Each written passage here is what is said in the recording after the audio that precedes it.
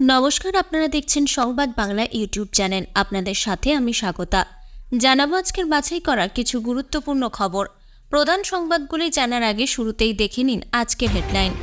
নবান্ন অভিযানের নামে চলছে তুলকালাম, হাওড়া ব্রিজে ভাঙচুর, চলছে তাণ্ডব, আহত এক পুলিশ কর্মী। মুখ্যমন্ত্রীর নবান্নে পৌঁছে গেলেন 15 জন আন্দোলনকারী, দফায় দফায় হচ্ছে ইট পাথরের বৃষ্টি। নবান্ন অভিযান ঘিরে ধুন্ধুমার রাজপথ, এখন কোথায় আছেন মমতা, জানলে চমকে যাবেন। নবান্ন অভিযানের রণক্ষেত্র সাঁতরাগাছি, রক্তাক্ত পুলিশ। অরাজনৈতিক নবান্ন অভিযান পরিণত হল রাজনৈতিক হিংসাতে। ছাত্ররা নিখোঁজ নয়, লাশ ফেলে দেওয়ার ছকে গ্রেপ্তার, জানালো পুলিশ, পাল্টা চ্যালেঞ্জ শুভেন্দুর। 100-র মধ্যে 74 জন ধর্ষক শাস্তিই পায় না, ফের কঠোর আইনের দাবিতে সরব অভিষেক। মুখ্যমন্ত্রীর পদত্যাগ চেয়ে ফেসবুকে পোস্ট, দল থেকে বহিষ্কৃত তৃণমূল নেতা। আরজিকর কাণ্ডের সুবিচার না মিললে ইস্তফা দেব, এবার সরব তৃণমূলের কৃষ্ণ কল্যাণে। প্রিয় দর্শক, আপনি যদি আমাদের চ্যানেলে নতুন হয়ে থাকেন তাহলে চ্যানেলটিকে সাবস্ক্রাইব করে পাশে থাকা বেল আইকনটি ক্লিক করে রাখুন পরবর্তী খবরের আপডেটগুলো সবার প্রথমে পেতে। শুধু হাওড়া ময়দান নয়, হাওড়া ব্রিজেও সকাল থেকে ব্যাপক উত্তেজনার ছবি দেখা যায়। ব্রিজ থেকে নামার মুখে এমজি রোডেও দফায় দফায় কাঁদানে গ্যাসের সেল ফাটাতে দেখা যায় পুলিশকে। পাল্টা ইট বৃষ্টি হয় পুলিশকে লক্ষ্য করে। হাওড়া হোক বা হাওড়া ময়দান, কলেজ স্ট্রিট থেকে সাঁতরাগাছি, সকাল থেকেই ছাত্র সমাজের আন্দোলনে অবরুদ্ধ কলকাতার বড় অংশ। আন্দোলনকারীরা মাঠে নামার আগেই দিকে দিকে কার্যত ব্যারিকেডের দুর্গ করে ফেলে পুলিশ। যদিও বেলা বাড়তেই রণক্ষেত্রের চেহারা নেয় একাধিক এলাকা। লাগাতার ফাটতে থাকে কাঁদানে গ্যাসের সেল, বৃষ্টি উপেক্ষা করে ঝড় তোলে জল কামান। যদিও এত কিছুর পরেও পিছু হটতে নারাজ আন্দোলনকারীরা, পাল্টা আছড়ে পড়ে ক্ষোভ। হাওড়া ময়দান এলাকায় মাথা ফাটল পুলিশের, রক্তে ভেসে যায় উর্দি। এই অবস্থাতেই ওই পুলিশ কর্মীকে জনতার মধ্যে থেকে উদ্ধার করতে দেখা যায় বেশ কিছু আন্দোলনকারীদের। বারবার বলতে লাগলেন, আমরা কোনো ঝামেলা চাই না, কিন্তু ঝামেলায় না বললেও একাধিক জায়গায় আবার আন্দোলনকারীদের খুঁজে খুঁজে লাঠিচার্জ করতে দেখা যায় পুলিশকে। শুধু হাওড়া ময়দান নয়, হাওড়া ব্রিজেও সকাল থেকে ব্যাপক উত্তেজনার ছবি দেখা যায়। ব্রিজ থেকে নামার মুখে এমজি রোডেও দফায় দফায় কাঁদানে গ্যাসের সেল ফাটাতে দেখা যায় পুলিশকে। পাল্টা ইট বৃষ্টি হয় পুলিশকে লক্ষ্য করে। একাধিক জায়গায় আবার ত্রিস্তরীয় ব্যারিকেড গড়ে তুলেছিল পুলিশ, কিন্তু উন্মত্ত জনতার ঢেউয়ে বহু জায়গাতেই খড়কুটোর মতো উড়ে যায় সেই সব ব্যারিকেড।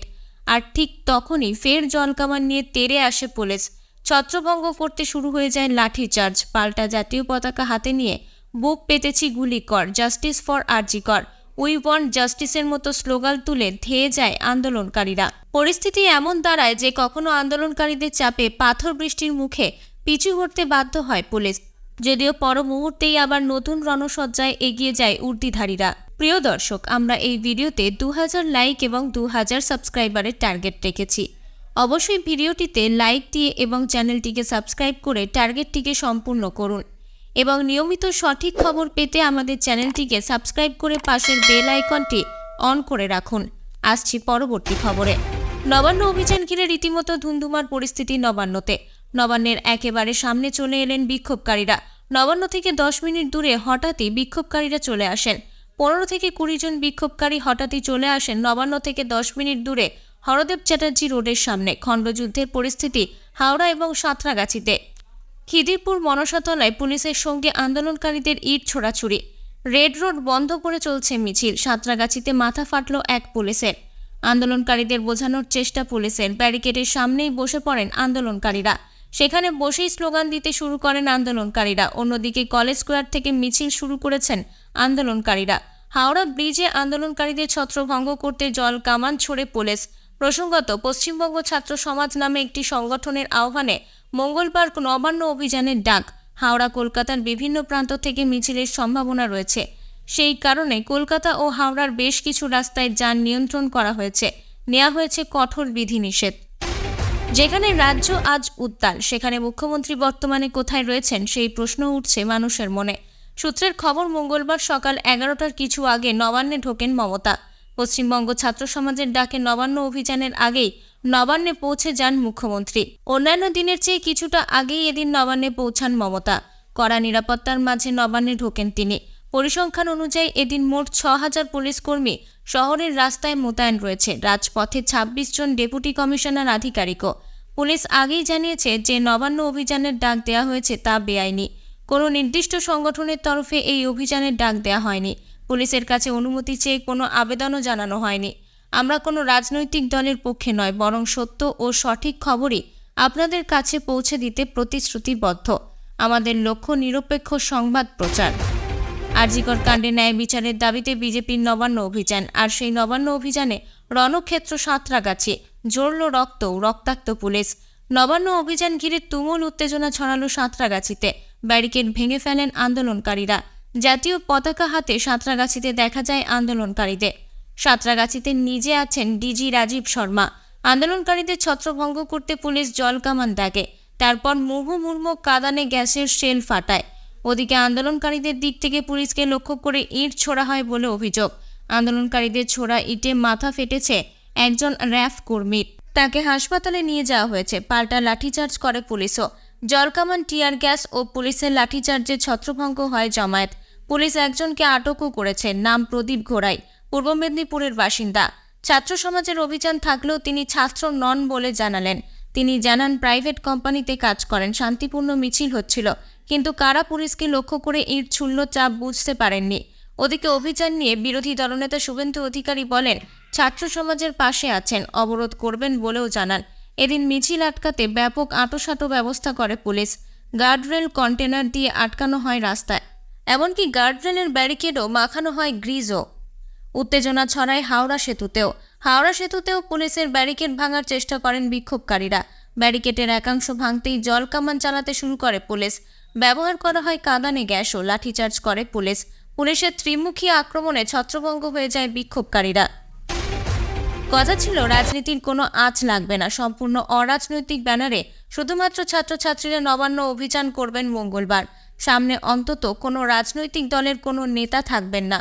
কর্মসূচি ঘোষণা করতে গিয়ে একাধিকবার এই কথা বলেছে পশ্চিমবঙ্গ ছাত্র সমাজ নামে সংগঠন। কিন্তু মঙ্গলবার মিছিল শুরু হতেই ছবি গেল বদলে। দেখা গেল মিছিল শুরুর অন্যতম স্থান কলেজ স্কোয়ার থেকে জমায়েতের নেতৃত্বে বিজেপি নেতা অর্জুন সিং।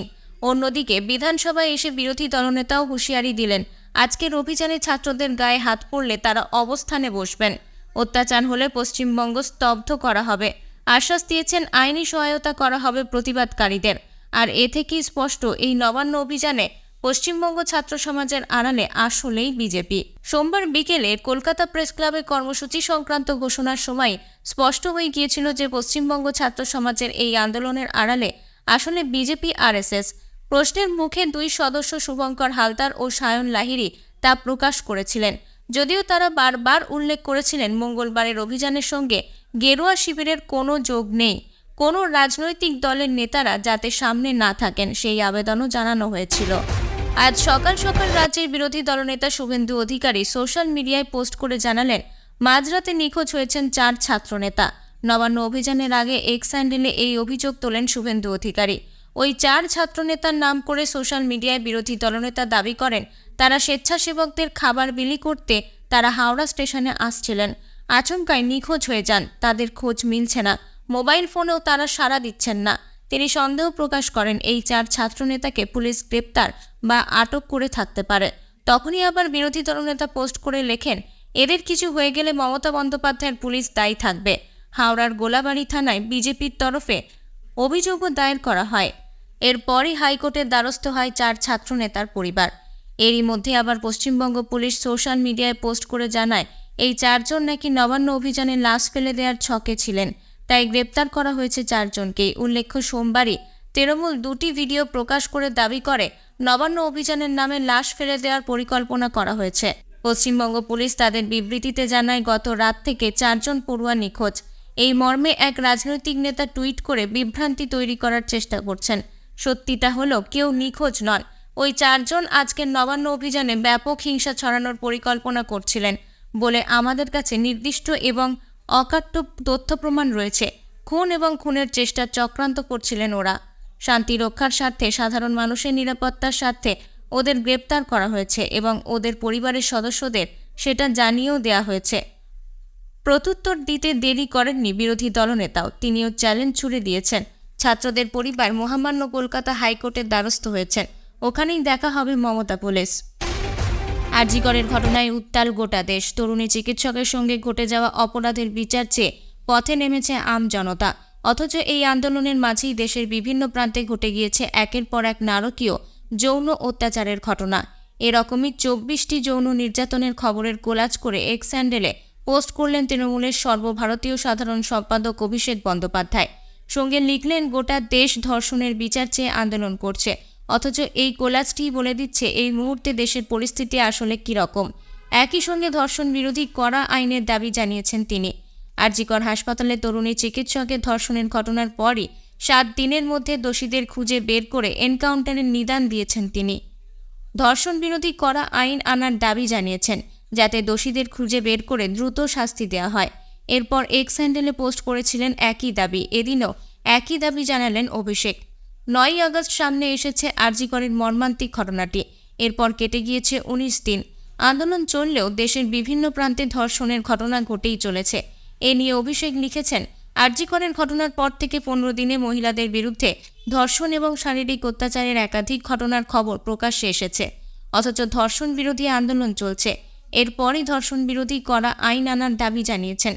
লেখেন, দেশের এই পরিস্থিতির উত্তর একটাই, ধর্ষণ বিরোধী কঠোর আইন আনতে হবে, যা 50 দিনের মধ্যে ধর্ষণে অভিযুক্তের শুনানি এবং দোষী সাব্যস্ত করার বিষয়টি নিশ্চিত করবে।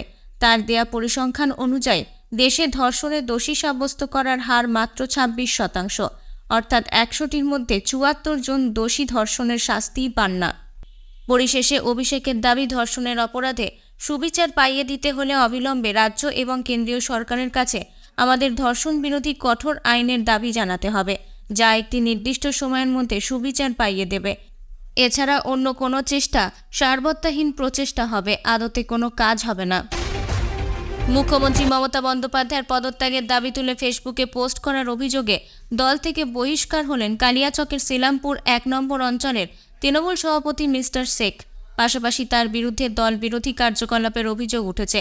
কালিয়াচক 1 নম্বর ব্লক তৃণমূলের সভাপতি সারিউল শেখ সিলামপুর অঞ্চলের ওই নেতাকে দল থেকে বহিষ্কারের সিদ্ধান্ত নেন।